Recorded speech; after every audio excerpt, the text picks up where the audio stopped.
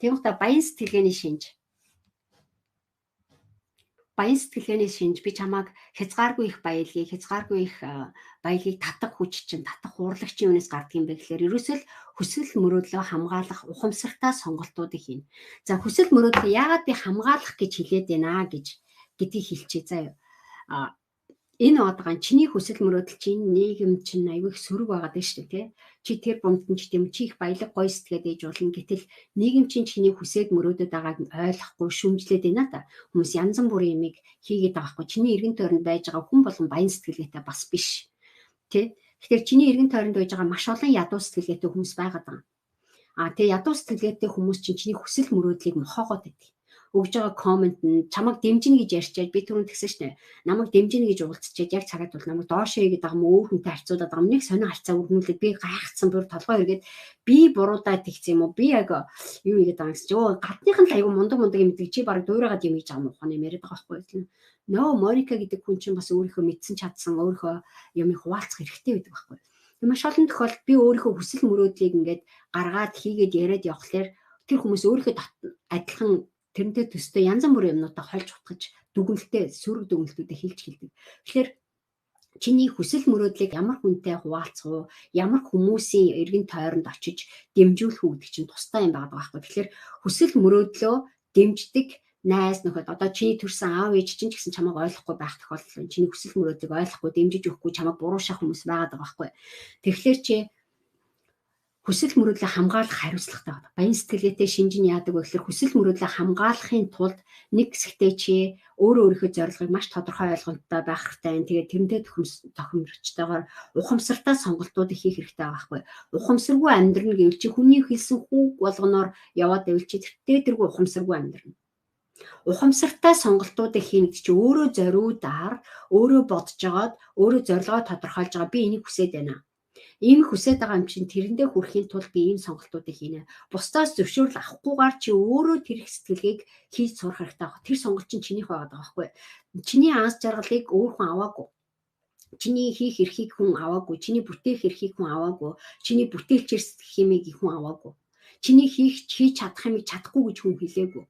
Хамгийн гол нь чи хүмүүс чадахгүй гэд хэлж байгаа хүмүүсээс өөрийгөө хамгаалах хэмжээний ухаансрыг чи тэр гаргах хэрэгтэй байхгүй. Тэгэхээр хамгаалах ухамсартай сонголтуудыг хийх хэрэгтэй байна. Зөв үү те? Ухамсартай сонголтуудыг чи тэр хийж ээж өөрийгөө хамгаалах хэрэгтэй шүү дээ. Тэгэхээр баян сэтгэлгээтэй хүний шин чанар яадаг гэхээр би энийг чадах болов үгүй болов гэж хүнээс судмахгүй. Тэ баян сэтгэлгээтэй хүн би чадахыг хүсэж байна гэд сонголтоо хийгээд тэр ухамсартай сонголтоо хийчээ тэрэн дээр тохирсон үйлдэлүүдийг алхмуудыг хийгээд байгаа байхгүй. Тэгэхээр ухамсартай сонголтууд чамд маш их хэрэгтэй. Энэ ядуу нийгэм гэдэг эдийн засгийн одоо энэ ороо бусгай юм сонин цаг үед энэ замраагүй дэлхий дижитал одоо онлайн янз бүрийн юмнууд хөгжөөд идэг гэтэл чи хоцроод байгаа юм шиг хэцүү байж байгаа энэ цаг мөчид чиний хүсэл мөрөөдөл маш чухал. Чи тэрийг хамгаалах хэрэгтэй. Тэрнтэй чинь зөрчилдсөн хэтэрхий олон юмнууд байгаа. Тэрийг чинь бас дэмжих хэтэрхий олон юмнууд байгаа. Тэгээ бүгдээрээ байгаад байгаа байхгүй. Тэгээ чамд өнөөдөр хэрэггүй маш олон боломжууд байгаа. Өнөөдөр чамд гоё харагдж байгаа мөртлөнгөөс яг үнэндээ чи гаргаад хэрэгжүүлэхэд чамд ахтмаар хүндэгмээр саналууд зөндөө байгаа. Тэгэхээр чи тэр хүсэл мөрөөдлөө хамгаалахын тулд яг өнөөдөр байж байгаа юмдаа тохирсон зөв сонголтуудыг хийх нь чухал байгаа байхгүй. Ухамсартай сонголт гэж би хэлээд байгаа. Зөв сонголт биш. Зөв сонголт гэж дангаараа яг чи зөв гэж нэрлэж болно. Гэхдээ зөв сонголт одоо чиний зөв гэж бодож байгаа юм чинь өөрөө асуудалтай байхгүй. Чиний зөв гэж бодож байгаа юм чи яг үндэ бусдад таалагдах гэж бодож байгаагаа чи зөв гэж бодоод байгаа. Чи өөрийгөө хохирч шаналж явж байгаагаа чи зөв гэж бодоод байгаа байхгүй. Тэгэхээр ухамсартай гэдэг чинь тэр зөв гэдэг юмнаас илүү давуу түвшингийн сонголт байгаа байхгүй.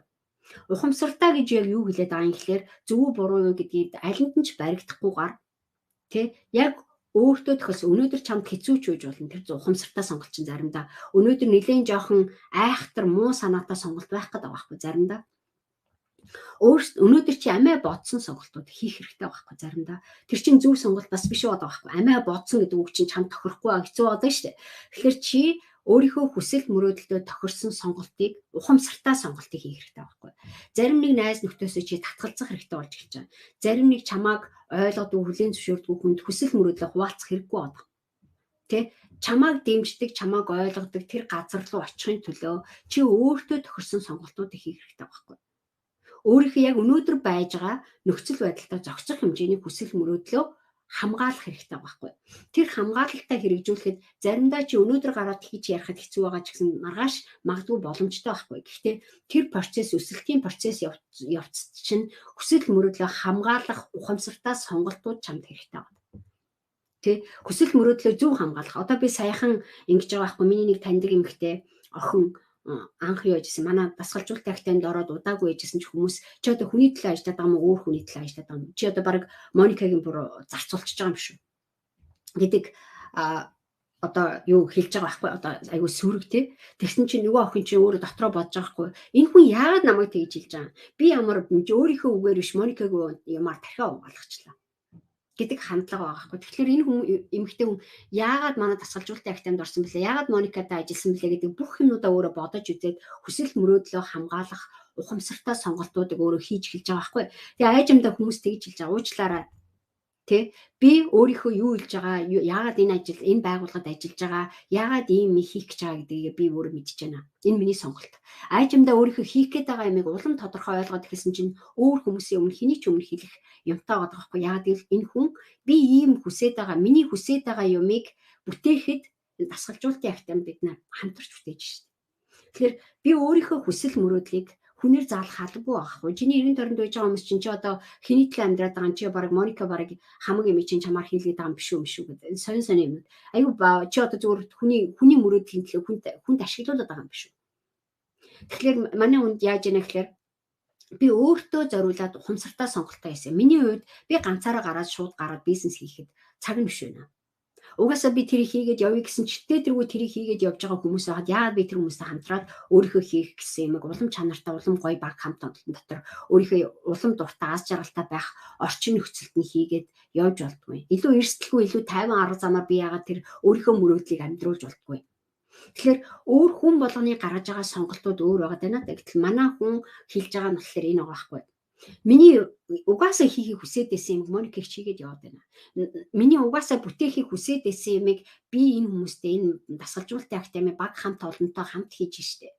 Тэ би тэгвэл яагаад явах хэвээр би яг үндэ би хохир сэтгэлгээтэй биш байгаа байхгүй. Намайг хий нэг хүн ашиглчихна гэдэг сэтгэл зүй биш. Би яаж бусдад өөрийнхөө хийж чаддаг юмыг бусдад олон хүнд илүү олон хүнд хүргэх вэ? Би ганцаараа нэг хүнд тайлбарлаа явах уу? Эсвэл Моникийг штэ нэгдэж жагаад олон хүнд хүргэх хэмжээний чухал асуудлуудыг нэг хэсгийг бид өргөлцөөд явъя. Тэгвэл арай өөр болох гэдэг байгаа байхгүй. Тэгэхээр маш олон хүмүүс ядуу хүмүүс юу гэдэг вэ гэхээр хүнд ашиглуулчих гэдэг айцтай ядуу сэтгэлгээний шин чанар байгаа. Баян сэтгэлгээний шин чанар яадаг гэхээр өөрийнхөө хүсэл мөрөөдөл тохирсон ухамсартай сонголтуудыг хийгээд байгаа байхгүй. Тэрэндээ тохирсон алхмууд хийгээд ш. Тэгээ ирэхээр сая яаж яана гэхээр ажил хийсэн ч гэсэн энэ миний сонголт гэдэг юм дээд байна. Би энийг магадгүй чам тохиромжгүй байж болно гэхдээ миний зүгээс миний хүсэл мөрөөдлийг би хамгаалахын тулд тэр хүсэл мөрөөдлөө амьдруулахын тулд би дасгалжуулалтын актанд ажиллаж байна. Би энийг чөлөөтэй илэрхийлнэ. Би хинээс ч айжчихгүй. Би хүнд ашиглуулж байгаа юм шиг биш. Би энэ дэлхийд энэ 3 сая монголчуудын амьдралыг өөрчлөхийн төлөө гар биеэ зориулаад явж байгаа хүн гэдгээр би өөрөөр бахархаж байна. Энэ миний мөрөөдж байгаа мөрөөдөл. Энэ миний хийхийг хүсэж байгаа. Эцээц би юу ч хийсэн монголчуудынхаа төлөө юм байна. Тэгээ 3 сая монголчуудын төлөө хийхээс илүү гайхамшигтай гоё зүйл надад байхгүй. Тэг би энийг хийж бүтээн. Би энийг илэрхийлэн би хинээс ч айжчих шаардлага байхгүй. Хиний ч төлөө зовж байгаа юм шиг жүжиг тоглох шаардлага алга. Би өөрийнхөө хүссэн мөрөөдсөн юмыг илэрхийлэхийн төлөө яагаад чи надтай асуудалтай байгаа. Миний хүсэл мөрөөдөл чамаас өөр байгаа байхгүй. Тэгэхээр өөрийгөө хүсэл мөрөөдлийг хамгаалах ухамсартай жишээ энд байгаа байхгүй. За зүү үтэй манайхаа